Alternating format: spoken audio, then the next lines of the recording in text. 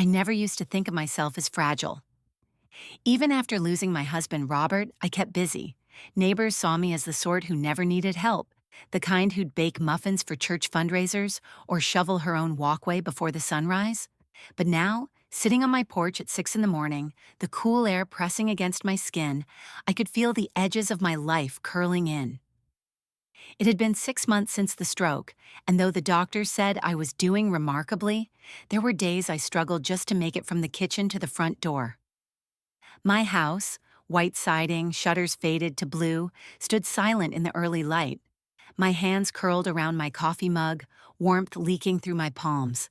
I watched the horizon tint orange, hoping the sunrise would offer me a sense of hope, or at least a reason to pull myself together before Landon and Riley woke up. Their bedroom was just down the hall, yet I never felt further from my son than I did these days. I keep a picture on the table by my porch. Landon at 12, missing a tooth, arm thrown around Robert, both of them grinning as if the world was theirs. Sometimes I stare at it for too long, searching for clues about what shifted between us. He was always ambitious, even as a boy. First to sign up for science fairs, first to leave for college, first to volunteer for the hardest jobs. Maybe that's why we drifted. Maybe I always expected him to come back to me, no matter how far he went. But lately, it's not just the distance. It's the coldness. The conversations at dinner, clipped and shallow. The way he glances at his phone more than at me, as if waiting for a message to rescue him from the room. I try not to take it personally. I tell myself, he's busy, he's tired, he's providing. But I can't help remembering how, as a child, he'd rush into my arms just for the pleasure of being held. Riley is different. Where Landon has grown guarded, she has become more performative, all bright smiles and perfectly timed laughter. She's quick to praise the dinners I cook, quick to offer help, but it all feels rehearsed. There's a distance in her eyes that reminds me of mirrors, reflecting what's in front of her, but never showing what's inside. Sometimes in the quiet moments, I wonder what she truly thinks of me. If she sees me as a burden or a cautionary tale, proof of how quickly a woman's independence can be erased by age and illness. My days are slow, shaped by routines I didn't choose. Medication with breakfast, physical therapy exercises before noon, afternoon naps that come whether I want them or not. Landon and Riley do their best, or at least that's what they tell their friends. Sometimes I hear Riley on the phone, her voice just loud enough for me to catch the tone if not the words, talking about how tough it's been, how Helen's really trying, as if I'm an errant child or a project to be managed. Judith, my neighbor, says I should speak up more. She's always ready with a fierce word or a fresh-baked pie, and she's not shy about her opinions of my son and daughter-in-law. But it's hard to make yourself heard when you're already afraid you're an inconvenience. I've always prided myself on resilience, but lately that pride feels thin as tissue. One morning, the house was quieter than usual.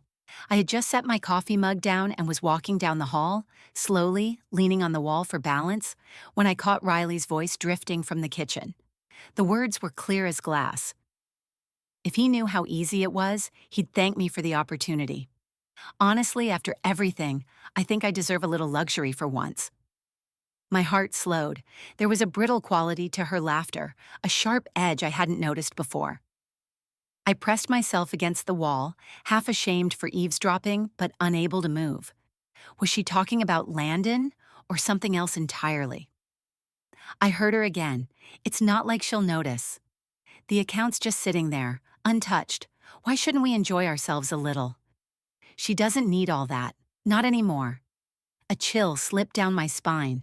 I knew I should step away, make some noise, alert her to my presence, but I couldn't. The truth pressed against me, cold and certain. Riley was talking about me, about my savings, the recovery fund Robert had left for emergencies, for my future. That morning, the sunrise didn't seem to reach the kitchen. The house, once filled with the noise of a family, felt hollow, as if everyone was just waiting for someone else to leave.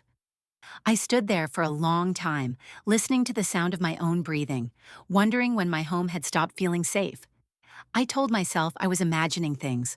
I told myself that tomorrow maybe I'd feel less alone. But deep down, I knew something precious was slipping away, and if I didn't fight for it, I might lose more than money. I might lose the last piece of myself I had left. There's a particular silence that creeps in around dinner time. I used to look forward to evening meals. Robert would come home, Landon would chatter on about his day, and the table felt alive. These days, the table is crowded with words left unsaid. I find myself searching for warmth in the spaces between sentences, but more often I find only chill. Riley is the first to break the hush, always. Her voice is soft and bright, too careful. Helen, would you like more potatoes? I made them just the way you like. She never waits for an answer before she's spooning food onto my plate, managing portions as if I'm a child. I thank her out of habit, noting the glance she throws at Landon, who barely looks up from his phone. Landon used to be so attentive. Now he spends dinners scrolling through emails, checking sports updates, half listening. When I ask how his day was, he replies in one-syllable answers, never meeting my eyes. Fine, busy. He'll pass the salt without looking at me, as if we're strangers sharing a table in some roadside diner. Sometimes I wonder what I did wrong. Maybe it's the stroke, the way it left me slower, softer, less capable. Or maybe it's something deeper, a rift that started long before illness drew me back into their lives. I replay old memories like a broken record, searching for the moment I lost him. Did I cling too tightly after Robert died? Did I ask too much or not enough? Riley's affection feels choreographed. She fusses over my medicine, leaves notes on the fridge, "Don't forget your pills, Helen," and arranges the living room just so.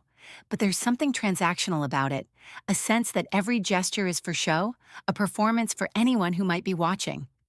When friends drop by, Riley's charm blossoms. "Oh, we're so lucky to have Helen with us," she'll say, her smile wide and practiced. But when the door closes, her expression dulls, her voice flattening. It's in the little things, the way she chooses the week's meals without asking, cancels my appointments for convenience, or rearranges my belongings so I can't find them. Landon doesn't seem to notice, or maybe he doesn't want to. The few times I try to bring it up, he changes the subject or assures me Riley means well. Sometimes I think he's grateful for her control. It saves him the trouble of caring. Judith Harris, my next-door neighbor, is the only one who sees through the veneer. Judith is 72, tall and wiry, with a sharp tongue and a heart like granite.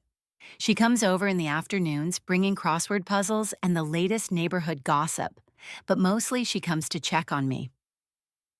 One rainy afternoon, Judith and I sat on the porch, listening to the ping of raindrops on the awning. She looked at me over the rim of her mug. "You look tired, Helen, more tired than usual." I shrugged, forcing a smile. "Just a long day." She scoffed. "It's always a long day around here." She leaned closer, voice dropping. "You don't have to let them run your life, you know. You're still Helen Brooks, even if they act like you're invisible." I wanted to argue, but the words stuck. Judith's loyalty is a balm and a warning. She's not afraid of Riley's sweetness or Landon's detachment. Sometimes I wish I could borrow a bit of her fire. Dinner that night was another minefield. Riley plated the food, her every movement crisp and controlled. Landon watched the television in the living room, the flicker of blue light reflecting in his eyes. I listened to the fork scrape across my plate, my appetite gone. Riley started talking about the grocery list, how she planned to switch to a new bank to get better rewards, how it was time to declutter the guest room. She directed every conversation, steering Landon with practiced ease. "Landon, don't forget we're meeting with the financial advisor Thursday. Helen, maybe you'd like to sort through your old boxes before then?" There it was again, the reminder that my space was temporary, that my presence was a project to be managed, not a member of the family to be cherished. Sometimes I catch Landon glancing at Riley, a kind of helplessness in his eyes. He's not cruel, just tired, overwhelmed, and unwilling to break the routine. The glances pass between them like static, little charges of communication that I'm not meant to see. They're united, but not in a way that includes me. I used to think I was needed. Now I wonder if I'm only tolerated. After dinner, I retreated to my bedroom where my tablet sat charging on the nightstand. A red notification blinked in the corner of the screen, an alert from the bank. I almost ignored it, assuming it was another reminder for a statement or a promotion. But something tugged at me, a memory of Riley's voice earlier that week, the way she'd said, "It's not like she'll notice." I tapped the notification. The details scrolled into view. Withdrawal, $8,000, Brooks Family Recovery Fund. My breath caught in my throat. I read the line twice, 3 times, hoping it was a mistake. But the transaction was there, timestamped just 2 days ago. The fund wasn't just money, it was Robert's legacy, set aside for my health, my safety, a promise he'd made that I wouldn't have to depend on anyone but myself. My mind raced. I hadn't authorized anything. I hadn't even logged in since the last statement. My hands shook as I tried to piece together the facts. Had Riley asked Landon for access? Had she somehow convinced the bank? Was it even possible for someone to move money without my knowledge? Down the hall, I heard laughter. Riley's laughter, bright and brittle, carrying through the closed door. I sat there, frozen, my thoughts a tangle of fear and anger. Was this the luxury she'd mentioned? Was this the opportunity she thought she deserved? I reached for my phone, thumb hovering over Judith's number, then hesitated. What would I even say? That my own family had stolen from me? That my son let it happen? A wave of shame washed over me, sharp and sudden. How had I let things get to this point? Was it my fault for being weak, for needing help, for moving into their home when I should have managed on my own? I thought of Robert, of his steady hands and quiet promises. I thought of the woman I used to be, strong, decisive, trusted. I realized with a painful clarity that I had let myself disappear, but not anymore. As the laughter faded, I sat in the dark, determination building like a storm. I would not let this go. Whatever secrets lurked behind Riley's smile, whatever cracks had formed in my family, I was going to find them, and this time I wouldn't look away. The days after I discovered the withdrawal blurred into one long, aching stretch. My mind replayed the alert from the bank over and over, as if repetition could somehow make it less true. Each time Riley smiled at me, each time Landon handed me a mug of tea without meeting my gaze, the question burned brighter. Who was I living with now? My own son or strangers who wore his face? I tried to act normal, but suspicion pulled at every word, every gesture. Riley seemed to sense my unease.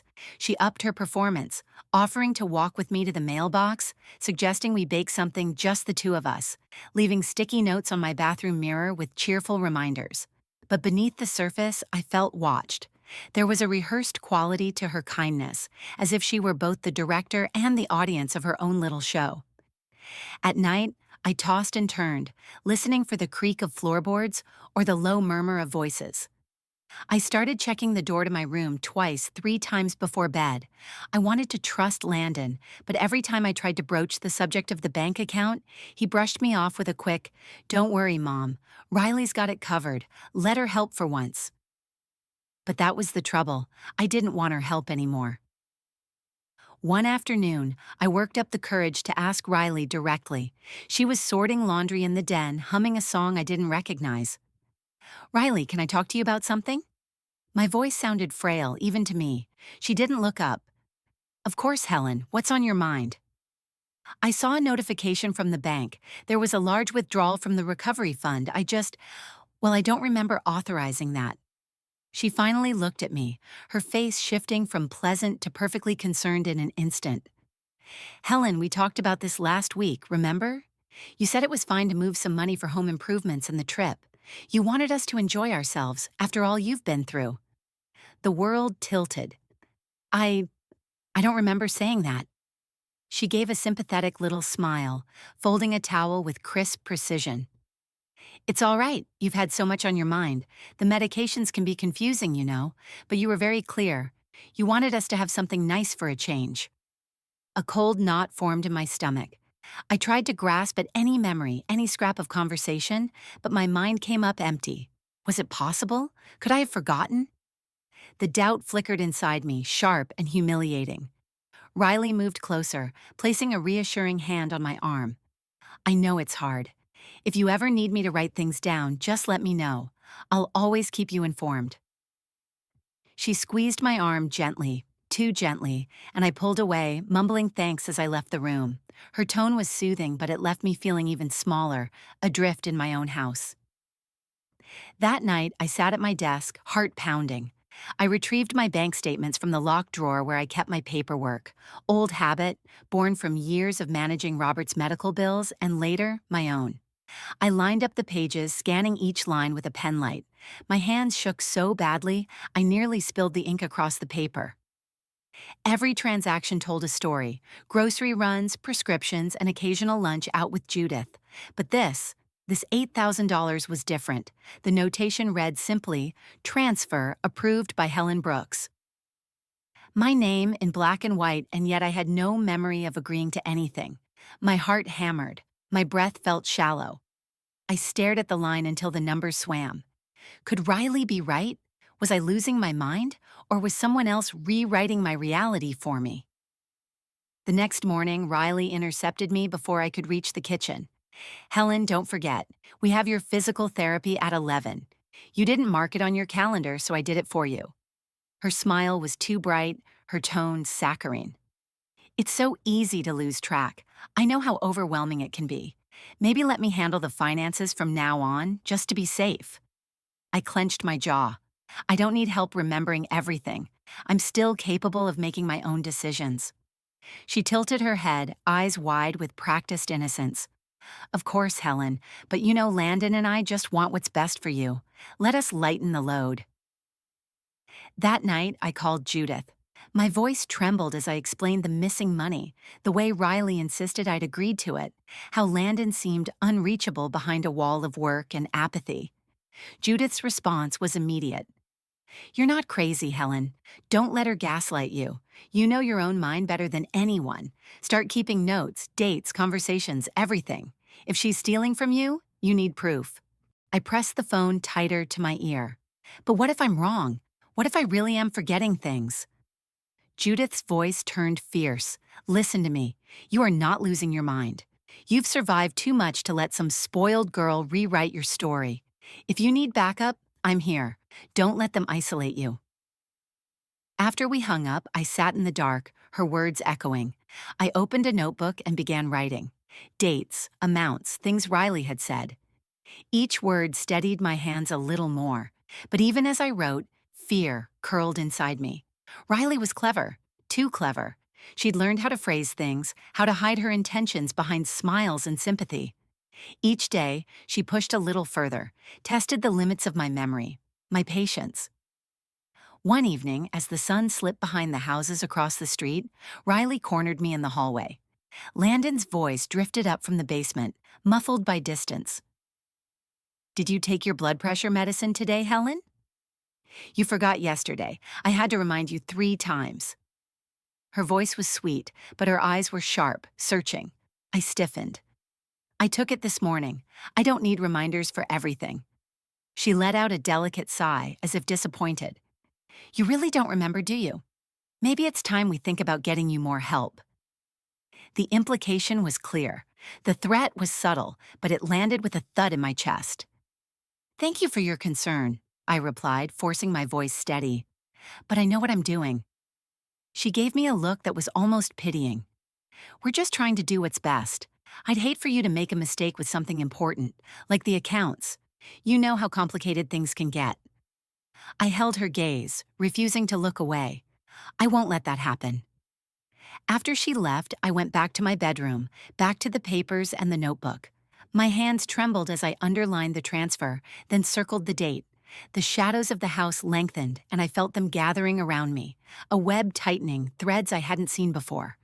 I realized how isolated I'd become. My son, my home, my life, all slipping through my fingers, inch by inch. But Judith's words flickered in the darkness. "Don't let them rewrite your story." I sat in the weak glow of my desk lamp, poring over numbers, old emails, every scrap of evidence I could find. My hands shook, but my resolve began to harden. I might be afraid, but I was not helpless. I would find out the truth, whatever it cost me. The web around me was thickening, but I was starting to see the pattern. And for the first time in weeks, I felt something sharp beneath my fear, a stubborn, burning ember of resistance.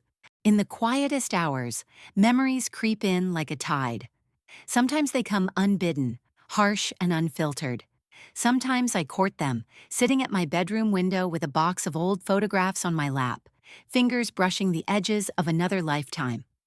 My mother's face stares back at me from a sepia photograph tucked into a silver frame. Even in black and white, she looks stern. Her hair is pinned tight, her lips a thin, determined line. There was never much softness in her, not for me, not for herself. I remember the way she'd sit at her dressing table, brushing her hair in long, measured strokes, her silence filling the room. She believed survival was the only thing that mattered. Kindness, she said, was a luxury. "You'll thank me one day, Helen," she told me when I was 12, after punishing me for crying over a broken locket. "The world isn't gentle. Better you learn that now." I did learn, though the lesson left scars that never fully faded. These days, I wonder how much of that hardness I inherited. Did I pass it to Landon? Did the legacy of tight smiles and unspoken hurts seep into how I raised him?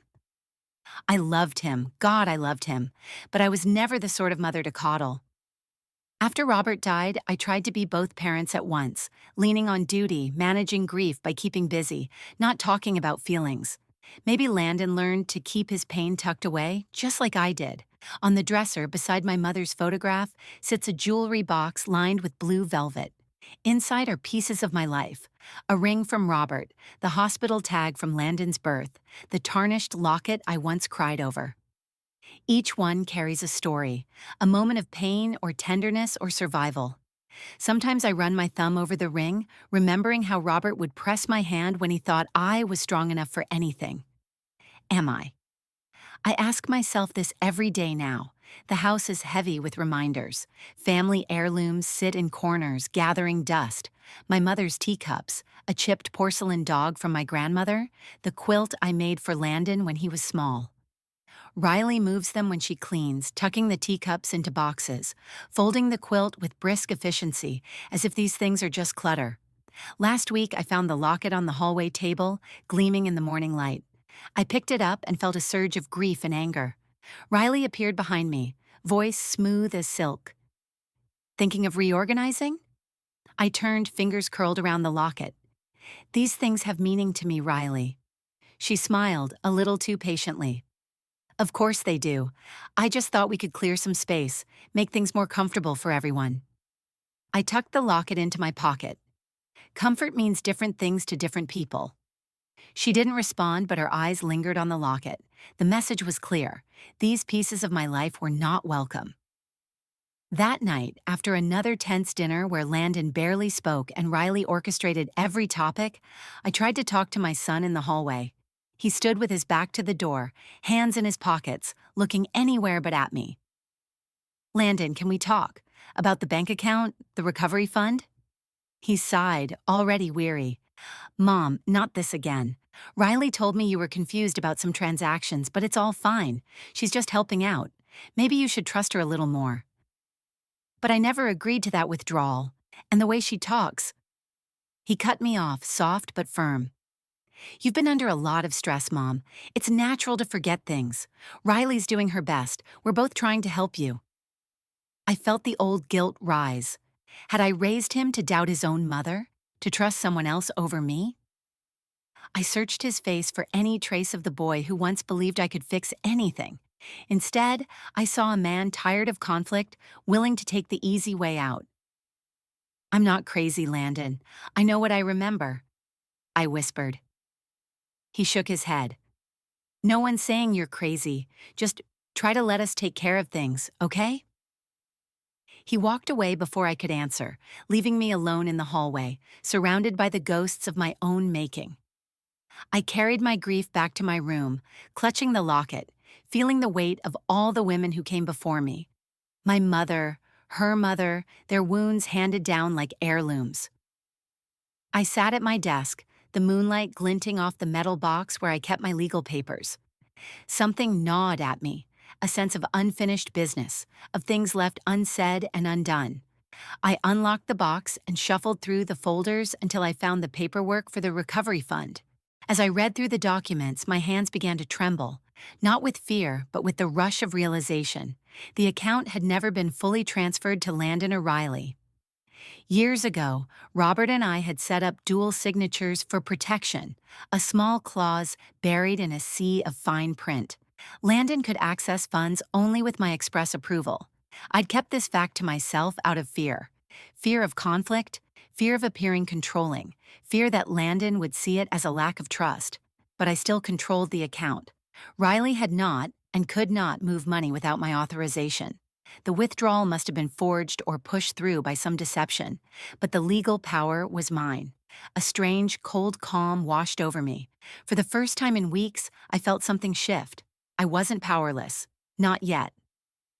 I snapped the folder shut, placed the locket around my neck, and whispered into the darkness. Not this time. The wounds of the past were still raw, but I wasn't just a link in a chain of hurt.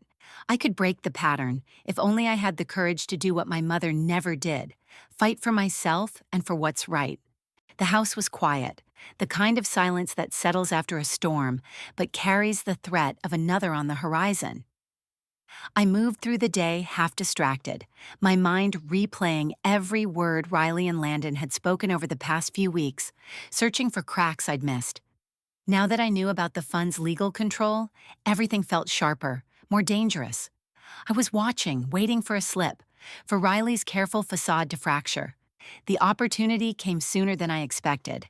It was late afternoon. Sunlight cut through the blinds and stripes across the hallway as I reached for the laundry basket. I heard footsteps behind me, quick, deliberate.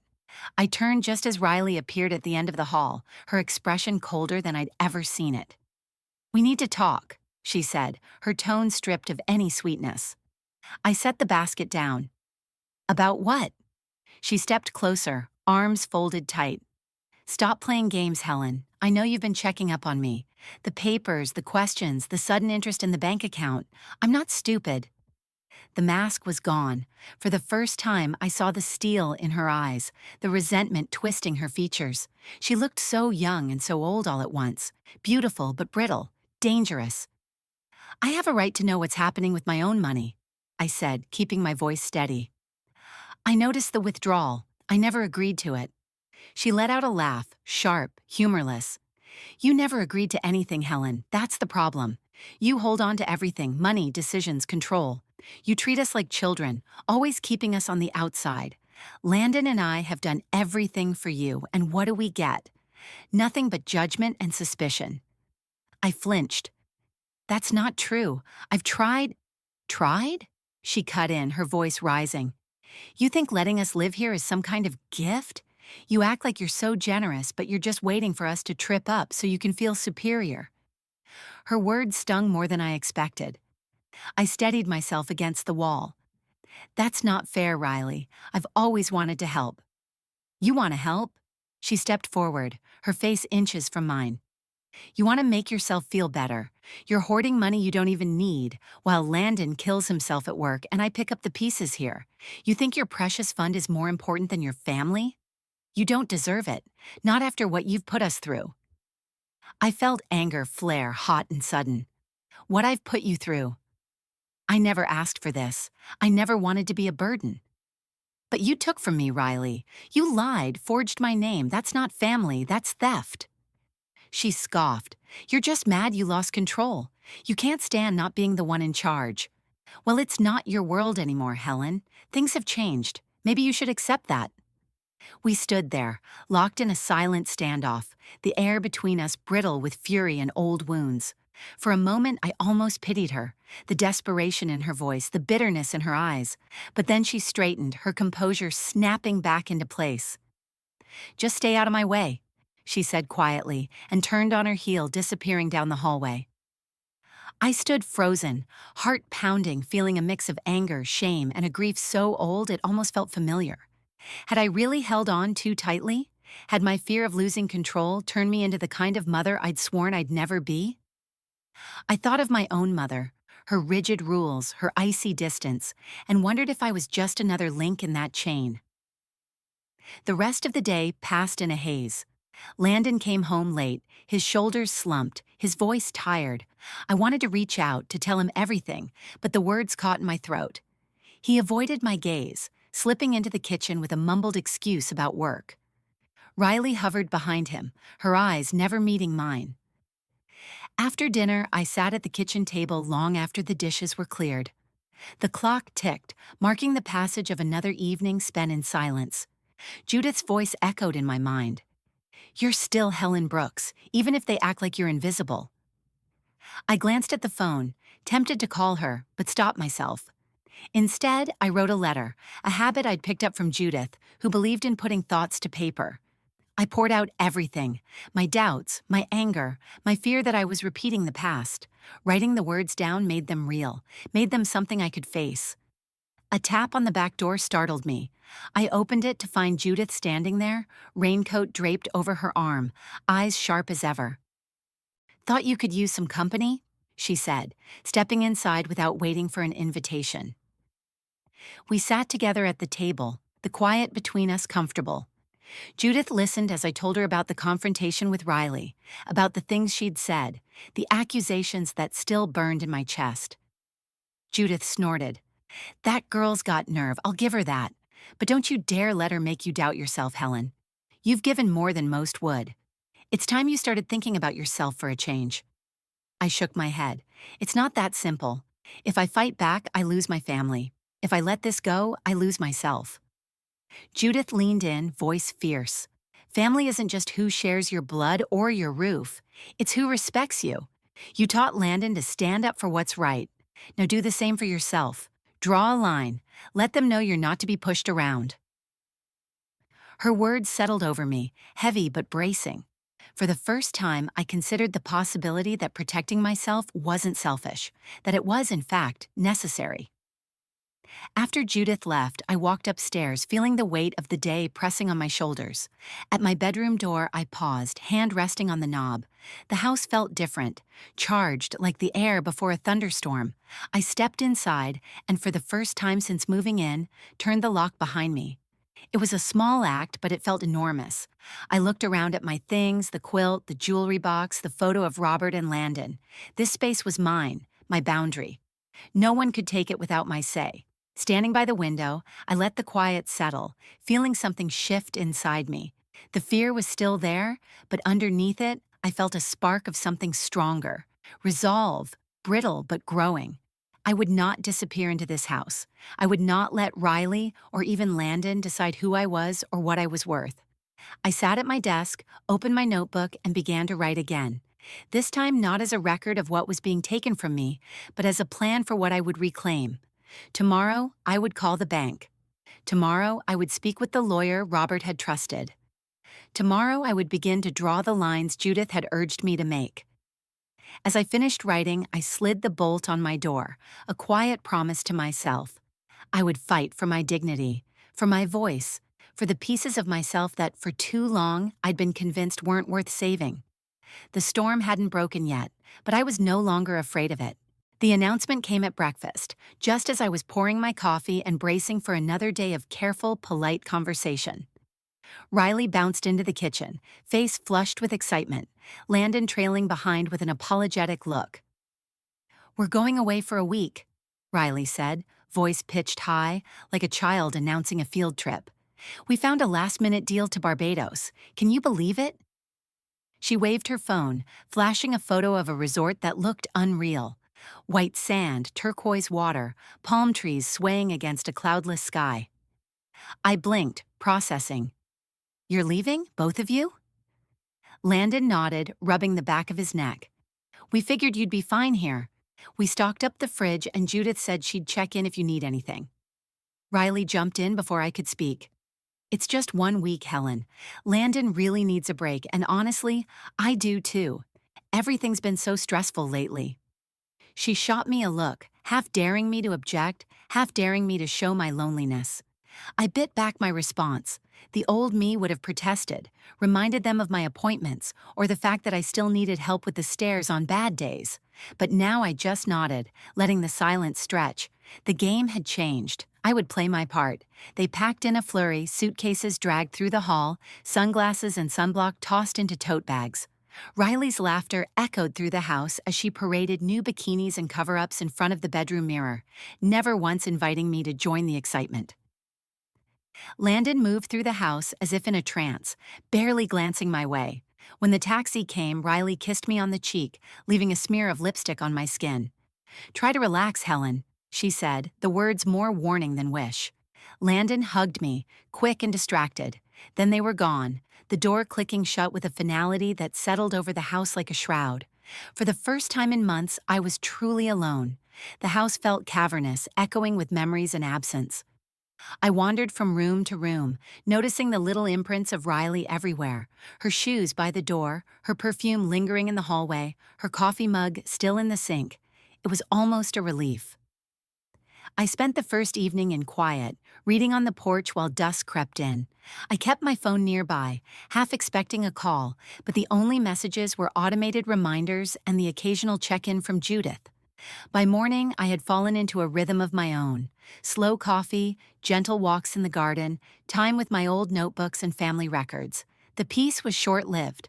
On the third day, I opened my email to a string of messages, receipts from high-end boutiques, reservations at exclusive restaurants, spa confirmations. Each was addressed to Riley, but somehow forwarded to my inbox. My stomach twisted. I clicked through them, each more extravagant than the last. Jewelry, designer shoes, a private chartered boat. It was clear Riley had wasted no time enjoying the spoils. The subject line said it all. Your diamond suite awaits. Confirming your helicopter tour. Thank you for choosing Lux Retreat Spa. Confusion simmered into anger. These weren't the expenses of a couple desperate for a break. This was something else. Something greedy and calculating. As I scrolled, my phone buzzed with a new notification. I hesitated, then opened the message. It was from Harper, one of Riley's old friends, someone I'd met only once briefly at a 4th of July barbecue. The message was clearly meant for Riley. Just saw your stories, girl, you're living the dream. Don't forget what we talked about. Once you're set up, leave the deadweight behind. You deserve this. Don't let Landon guilt you. Text me if you need backup. I read it twice, the words blurring. Once you're set up, leave the dead weight behind. Was Landon the dead weight? Had Riley confided in Harper about something more sinister? My mind spun with possibilities. Curiosity warred with dread. I clicked to Riley's public social media and scrolled through her vacation posts, smiling selfies in luxury robes, sunlit cocktails, cryptic captions about new beginnings and finally getting what you deserve. Landon appeared in a few photos, but always in the background, distracted, a prop in Riley's carefully curated escape. Alone in the house, I felt a strange detachment. I watched my own life from a distance, seeing the cracks in Riley's mask that no one else seemed to notice. I wasn't angry so much as exhausted, the realization settling in that Riley's betrayal ran deeper than I'd guessed. She was planning for a future that didn't include my son. Judith came by on Thursday, bringing a loaf of bread and an update on the neighborhood. We sat in the kitchen, Harper's message still replaying in my mind. I think Riley's hiding something, I told her quietly. Judith's eyes narrowed. That one always had ambition written all over her. Don't let her fool you. You're smarter than she thinks. Instead of confronting, I decided to observe. I opened a new notebook, started documenting every message, every suspicious charge, every comment Harper made. I organized receipts and social posts, printing out screenshots and tucking them into a folder labeled Truth. If Riley wanted to play games, I would be ready. That night, while sorting through the forwarded emails, I found an attachment I almost missed, a scanned document buried in a hotel confirmation. My breath caught as I opened it. A copy of my own signature, shaky but familiar, authorizing a massive transfer of funds. Next to it, a list in Riley's handwriting. Step 1, funds. Step 2, trip. Step 3, new start, no Landon. The evidence was right there. Riley hadn't just taken money for a vacation. She was preparing to leave Landon behind, start fresh with stolen money, and cover her tracks as if none of us had ever mattered. My hands trembled as I printed the document. For the first time, I saw clearly. I wasn't just a bystander to my own life, nor was Landon simply inattentive. He was a pawn in Riley's private game. I stood by the window, holding the folder tight. Outside, the neighborhood was quiet, the porch lights glowing. Inside, I felt a cold, purposeful clarity. My days of waiting were over. This time, when they returned, I would be the one with the truth, and I wouldn't let Riley slip away with everything I loved. The weather changed overnight. By morning, clouds pressed low against the rooftops, and the air carried the thick, electric scent of rain. I watched the sky darken through my bedroom window, folder in my lap, fingers tracing the edges of printed emails, receipts, and screenshots. Every piece of evidence I'd gathered sat before me, organized in the hope that facts might shield me from the chaos to come. Outside, wind rattled the porch swing and sent the branches of the maple trees thrashing against the house. The old weather vane creaked with each gust, turning this way and that, as unsettled as I was. The storm mirrored my own mind, restless, charged, ready to break. I moved through the house in quiet focus. The kitchen table was now a battlefield of paper. Hotel receipts with Riley's name, spa confirmations, Harper's messages about new beginnings.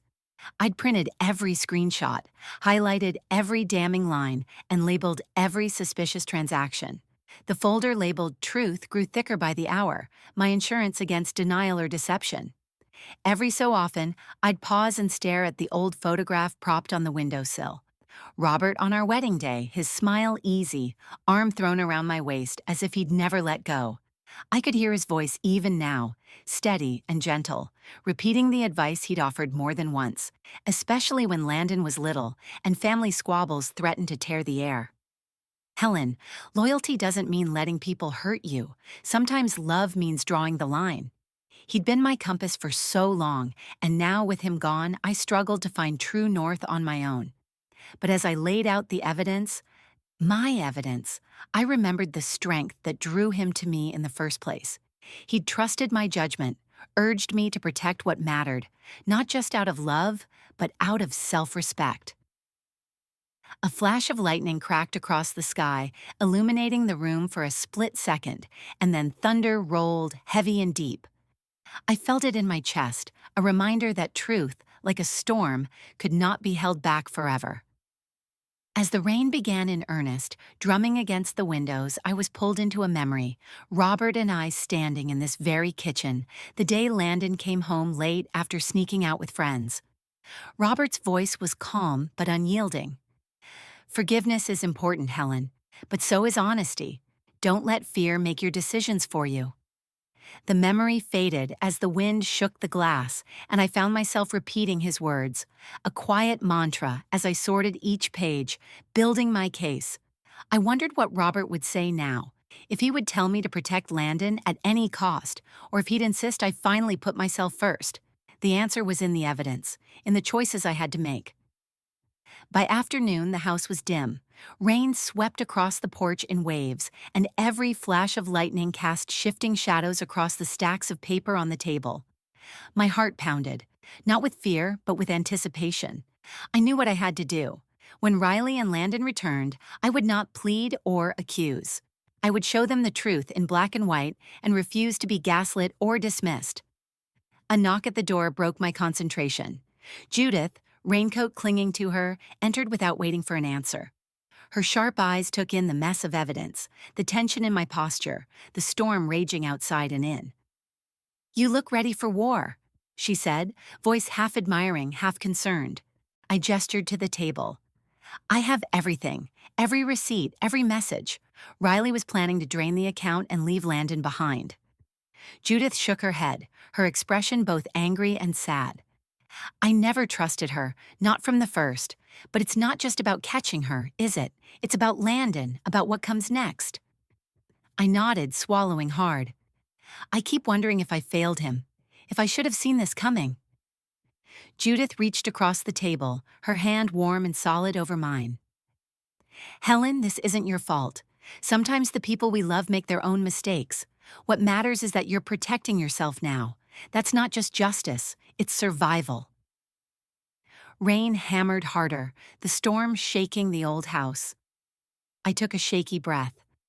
"How do I forgive them, Judith?" "If I go through with this, nothing will ever be the same." She squeezed my hand. "Forgiveness doesn't mean pretending nothing happened. It means letting go of the hurt so it doesn't own you. But you're allowed to be angry, to stand up for yourself. Forgiveness can come later, after the truth. We sat in silence, listening to the storm. I realized then that I was no longer waiting for rescue or validation. I was ready. Ready to show Landon and Riley what they'd done. Ready to draw my own boundaries. Ready to be seen for who I truly was. The rain eased for a moment, and the sky outside lightened to a pale, storm-washed gray. I closed the folder, standing up a little taller. "I'm going to do it," I said quietly. "When they come home, I'll show them everything. No more secrets. No more letting fear decide." Judith smiled, fierce and proud. "That's the Helen Brooks I know, the one who's always been stronger than she thinks." As the first rumble of thunder faded, I felt something shift inside, a quiet certainty, an end to waiting. The storm might rage outside, but in my heart I'd found the calm at its center. I heard the taxi long before I saw it, the low rumble cutting through the hush that had settled after the storm. The sun had just started to break through, streaks of gold cutting through the clouds and laying sharp lines across the living room floor. My hands were steady as I gathered the folder, a stack of proof thicker than any apology. Judith sat across the table, her presence quiet but unyielding. We waited, silent as sentinels. The door opened, and Riley's laughter carried in first, shrill and too bright. Landon followed, dragging their luggage, eyes sunken with exhaustion. I watched him for signs, regret, guilt, any flicker that might warn me how this would go. Riley spotted Judith and hesitated, mask slipping for a split second before snapping back into place. "Oh, Judith, you're here," she chirped, but her eyes flicked to me, wary. "We need to talk," I said, voice even, betraying none of the storm beneath my skin. Riley exchanged a glance with Landon, then set her sunglasses on the counter. "Now?" "We just got back. Now." My tone left no room for protest. Judith nodded toward the dining room, where I'd laid everything out: papers, printed emails, highlighted statements, the copy of my forged signature. The family portrait watched from its place above the mantel, Robert's face caught in mid-laugh, Landon small and wide-eyed at his side. I tried not to look at it. We sat. Riley crossed her legs, arms folded, the picture of practiced composure.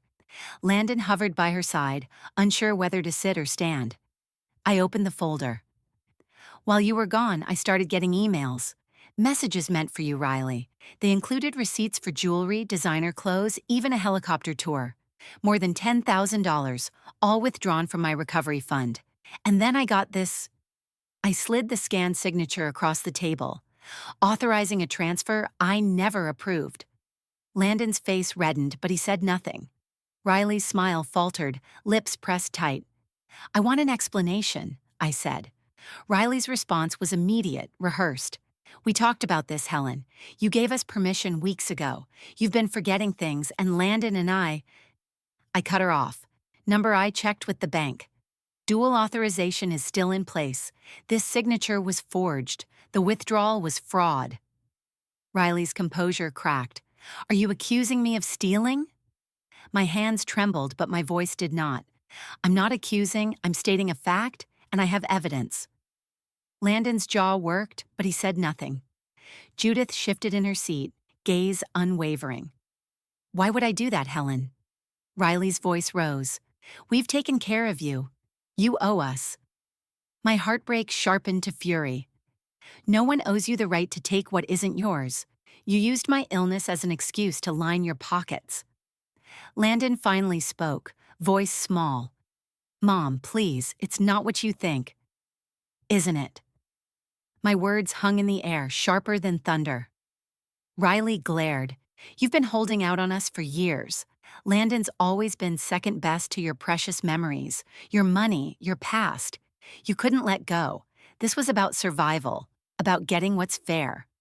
"Fair?" I echoed, my anger trembling beneath the surface. "You call forging my name and planning to abandon my son fair?" Her silence was answer enough. I turned to Landon. "Did you know?" He looked at the table, then at the family portrait, his hands balled into fists. He started, voice barely above a whisper. "I knew she was taking things. I didn't know how far it would go. Riley said it was just temporary, that you'd be fine. I didn't want to fight. I didn't want to lose her. A thud echoed across the room as Judith, silent until now, stood and walked to the mantel. She picked up the family portrait, holding it in her weathered hands. Without a word, she turned it face down on the shelf. The effect was instant. The room felt colder, bonds visible and broken. My breath caught. "You knew?" I said to Landon, my voice cracking with disbelief and grief. "I felt trapped," he admitted, voice strangled. "After Dad died, I was lost. Riley gave me direction. I thought if I just looked the other way, things would go back to normal. But nothing ever did." Judith stepped between us, quiet but commanding. "Helen, you deserve better. Both of you need to face what you've done. Hiding from the truth only makes the wounds deeper." Riley bristled, folding her arms tighter. "You always take her side, Judith. You never saw what I gave up to be part of this family." Judith fixed her with a look. "And you never saw the damage you did, thinking only of yourself." A heavy silence fell. The storm outside had passed, but its energy lingered, tense and expectant. I felt Robert's absence like a stone. My mind reeled, fury at Riley, grief for the son I thought I knew, despair at the years lost to misunderstanding. But beneath it all, a strange calm settled. I'd done what needed to be done. I'd exposed the lies, protected myself, and forced the truth into the open, ugly as it was. I looked at Riley. "You'll need to leave. I can't trust you. This isn't your home anymore." Riley's mouth twisted in a sneer, but there was fear in her eyes. She stood, her composure gone. "Fine. You want me gone? You'll regret this." She stormed out, her footsteps echoing down the hall, the door slamming behind her. Landon stayed seated, staring at the portrait Judith had turned away. "I'm sorry, Mom. I should have stopped her. I just couldn't. I was afraid of losing everything." My heart ached, but I reached across the table, placing my hand over his. "It's not too late to do better, Landon. Not for me and not for yourself." Judith squeezed my shoulder, steady and warm. "You did what you had to do, Helen. Now let the healing begin." I sat back, exhausted but strangely lighter, watching the sunlight play on the overturned frame. Our family wasn't whole, but for the first time the truth was out in the open. We would build from here, however broken, however uncertain. The first crack had let the light in. The news spread quickly, rippling through the family like a sudden chill. Judith's phone rang with calls from neighbors and old friends. My sister in Denver called in a flurry, voice tight with concern. Riley's departure left an echo in the house, her absence more noticeable than her presence had ever been. I'd pictured a sense of triumph or relief, but what lingered was something far heavier, a weight of loss and uneasy freedom. Within days, Riley's reputation began to unravel. Word leaked out about the money, the forged documents, the way she'd planned her escape. Friends who'd once praised her charm grew silent. At church, there were sideways glances and awkward smiles, conversations that fizzled into whispers as I passed by.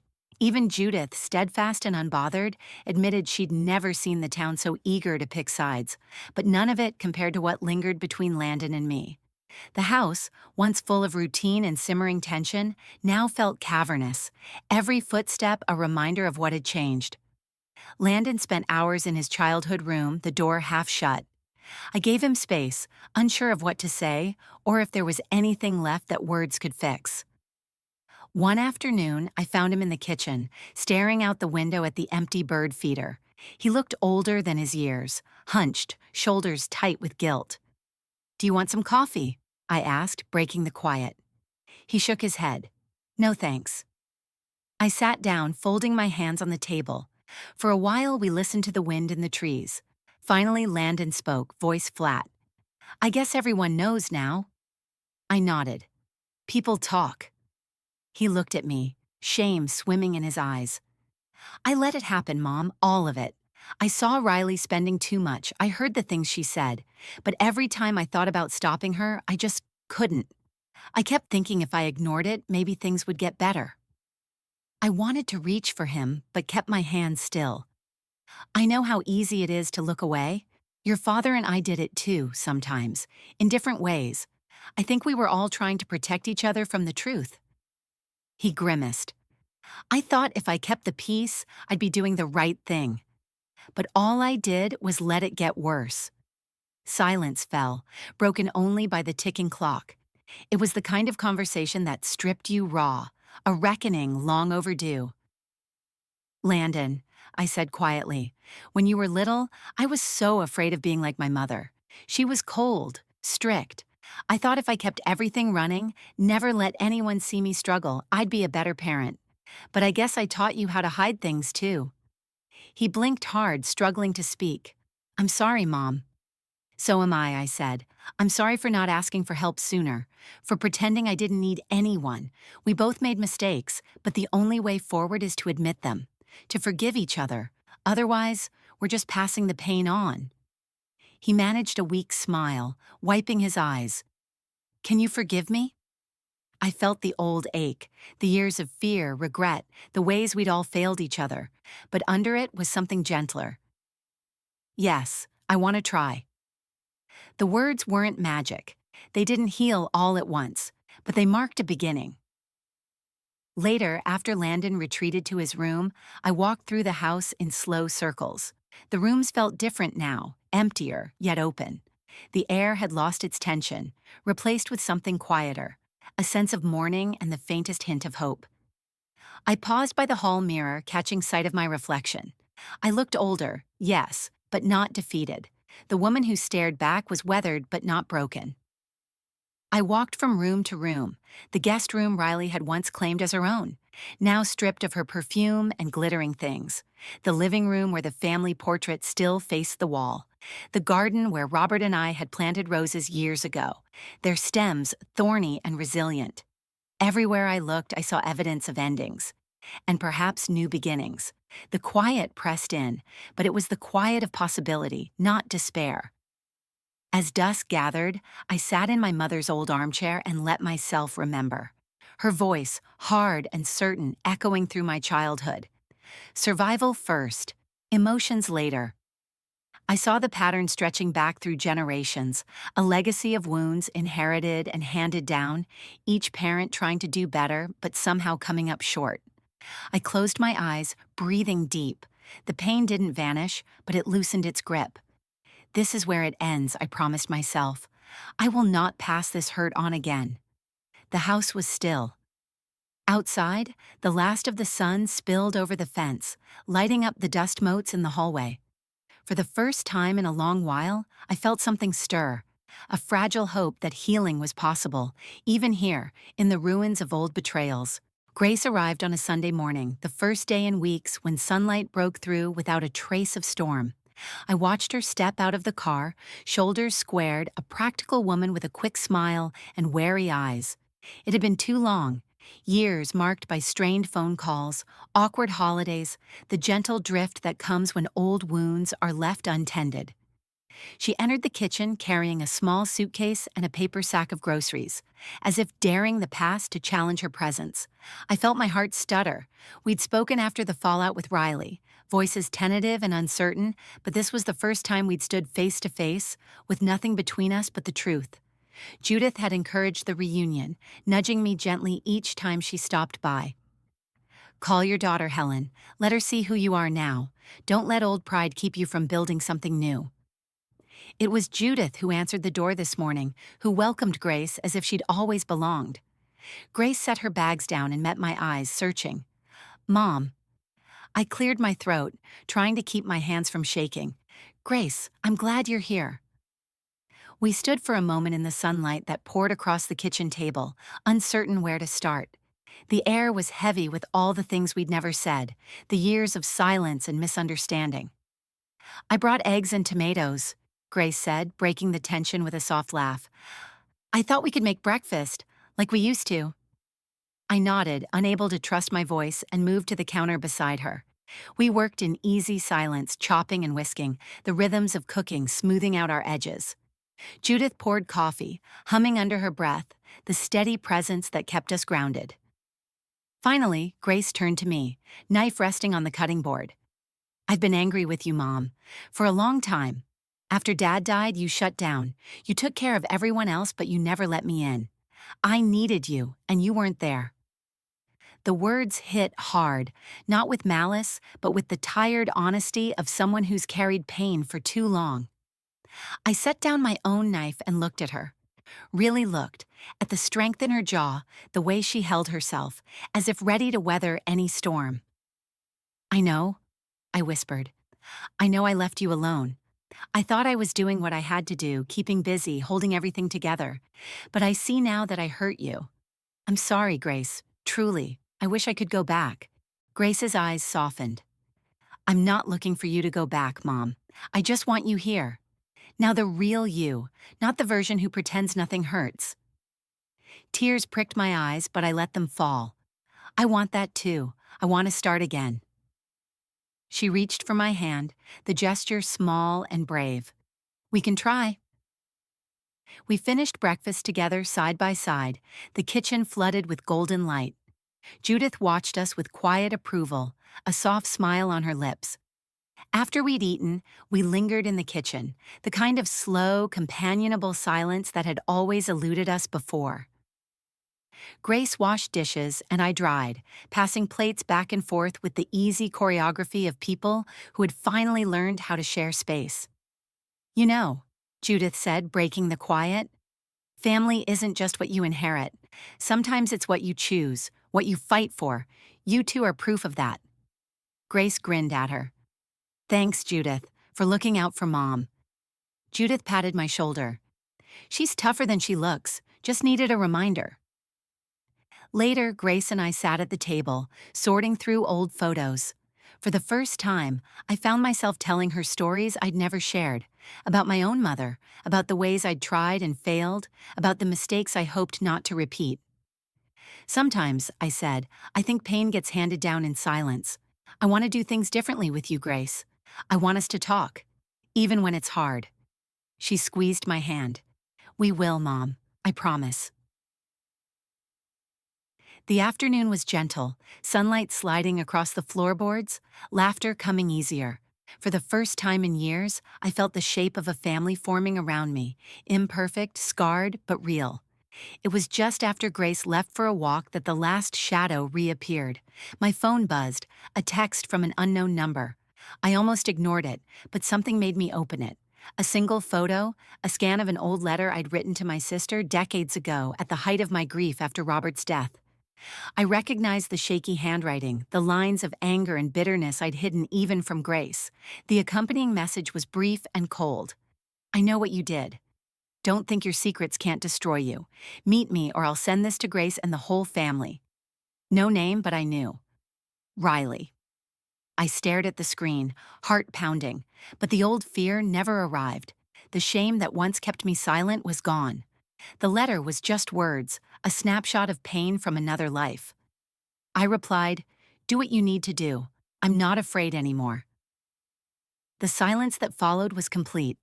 I set the phone down, walked back into the kitchen, and found Grace waiting, her arms open. She didn't ask about the message. She only hugged me, warm and sure, and I let myself lean in, trusting that whatever secrets might come, I would not face them alone. Judith appeared at the doorway, a plate of cookies in her hands, and for the first time in as long as I could remember, the kitchen felt full. Of light, of forgiveness, of something like hope. The past could not be changed, but the future, for once, belonged to us. There is a quiet kind of power in reclaiming your life, one decision at a time. I discovered it in small, deliberate acts, calling the bank to change my account authorizations, shredding the papers Riley left behind, painting my bedroom the color of wildflowers. Each task felt like a reclamation, proof that I could shape my world again after it had been torn apart. The house, once a place of anxiety and uncertainty, now opened up like a long-forgotten room filled with sunlight. I cleared out Riley's leftover things, boxed them up, and left them on the porch with a curt note.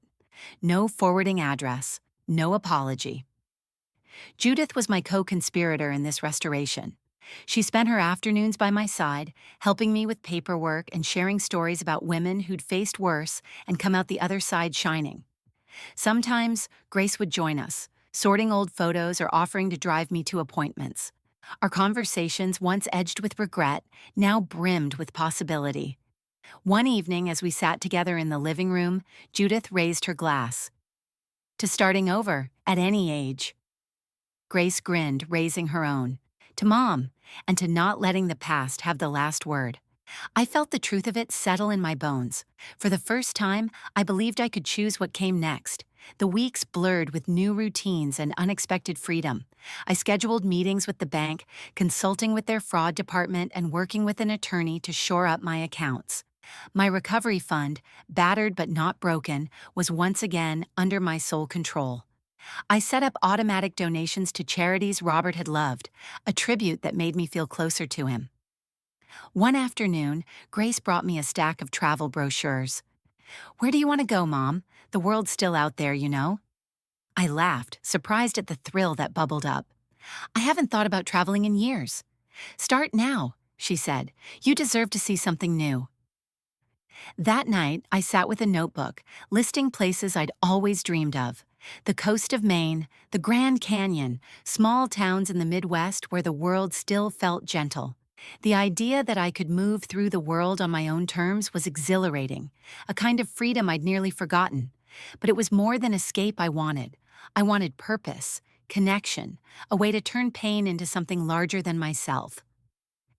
The inspiration came from Judith, who brought me a flyer for a local community center. They're starting a support group for women who've been taken advantage of by family. They want someone to help organize, someone who knows what it's like. I studied the flyer, heart pounding with possibility and fear in equal measure. I'd always been private, hesitant to speak my truth out loud, but something in me had shifted. The idea of sitting with other women, listening, sharing, healing, felt right. I agreed to attend the first meeting, not sure if I belonged, but as I walked into the center that Thursday afternoon, nerves jangling, I saw a circle of women, each bearing their own scars. The leader, a woman named Marianne with gentle eyes and a quiet confidence, welcomed me in. We sat together telling stories, some of betrayal, some of hard-won peace. I listened to women describe the moment they realized they'd lost themselves and the slower, braver process of finding their way back. When it was my turn, I spoke haltingly at first, then with more conviction. The words surprised me, stronger than I'd expected. "My life was taken over by people I thought I could trust," I said. "For a long time, I believed I was weak because I let it happen. Now I know that surviving wasn't weakness. It was the first step. Rebuilding is the next." The nods and soft smiles around the circle felt like hands reaching out, lifting me up. In that moment, I saw myself not just as a survivor, but as someone with something to offer. A few weeks later, I began co-facilitating the group with Marianne. We organized events, set up workshops, invited speakers on resilience, boundaries, and financial safety. The community center became a second home, the kind of place where I could give back while continuing to heal. One afternoon, as I stood in the center's sunlit meeting room, walls lined with photos of strong, joyful women, I looked around and felt pride. I was not who I had been months ago, shrunken by fear and silence. I was a woman who'd chosen to step into the light, to reclaim her voice and her future. After a meeting, Judith and Grace joined me in the courtyard, sipping coffee, laughter drifting on the spring air. "You know," Judith said, "I always knew you had this in you. It just took the right push." I smiled at her. Sometimes the worst things that happen are the ones that finally wake us up. Grace squeezed my hand. "I'm proud of you, Mom, not just for surviving, but for choosing something better." We talked about boundaries and forgiveness, about how self-worth isn't something you earn from others, but build, piece by piece, inside yourself. Our conversations were honest, sometimes painful, but never hopeless. Landon called one evening, his voice tentative but sincere. "I've started therapy, Mom. I needed to face what I let happen.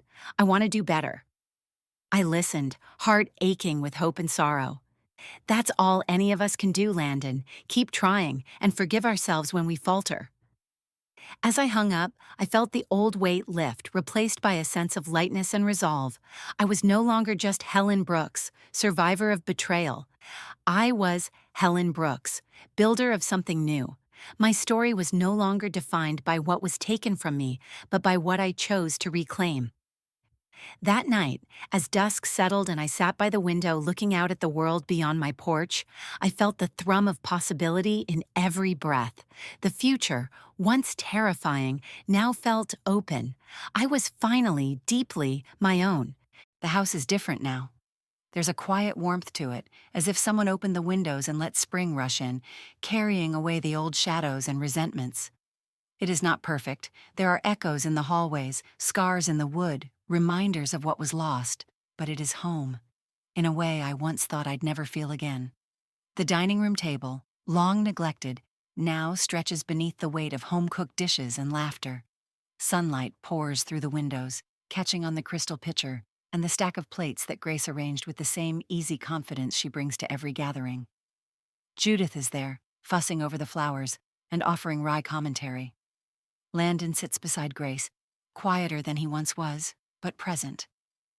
We are smaller than the family in that old portrait, broken, remade, but real. Riley's name is never spoken. She is a ghost at the edges, a lesson and a warning, her absence a kind of relief. I hear from mutual friends that she moved away, started over somewhere new.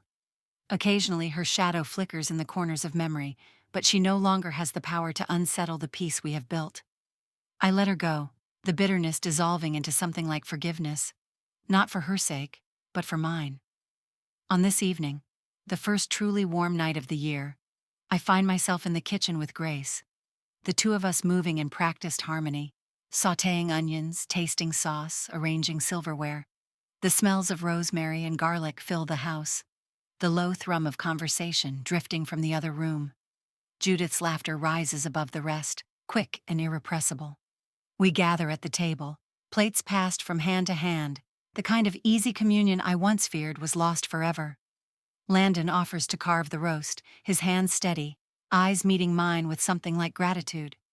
There is still hurt between us, but also something new, a willingness to be seen, to try again. The wounds are healing, not erased, but no longer dictating the shape of our lives. I watch as Grace and Judith tease Landon about his cooking skills, the air filled with stories and the occasional comfortable silence. I catch Judith's eye across the table, her look filled with a pride that steadies me. She was the first to see the cracks, the first to tell me I could stand on my own. Grace, my daughter, fierce, forgiving, a bridge to a future I'd thought was out of reach. And Landon, uncertain but reaching, learning to forgive himself as I have learned to forgive him. Later, as twilight seeps through the curtains and the table is cleared, we linger over coffee and pie.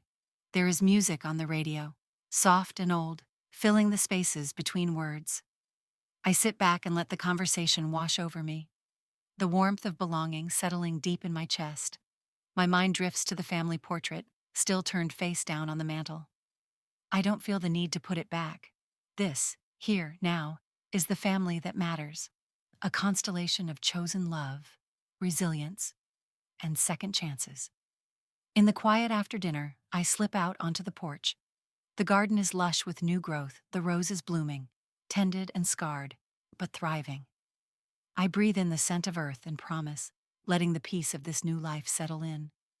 I think of all that has passed, the betrayals, the reckonings, the old patterns finally broken. I think of the women who came before me, my mother, her mother, and the long chain of hurts handed down. I see at last that healing is not forgetting, but choosing to build something better. Tonight, there is no fear, only gratitude, for Judith, for Grace, for the hesitant hope in Landon's eyes, for my own strength, rediscovered at the very moment I thought it was lost. I return to the glow of the dining room, drawn back by the laughter and the clatter of dishes. This is the life I have chosen. These are the bonds I keep. The past is a chapter I have closed, the future a story still being written. In this place, in this moment, I belong, and that is enough. Have you ever faced a truth that shattered everything you believed about family? Share your own turning point or tell us, what would you have done in Helen's shoes? Let's talk about the strength it takes to choose yourself and what real belonging means. Your story could be the hope someone else needs to hear.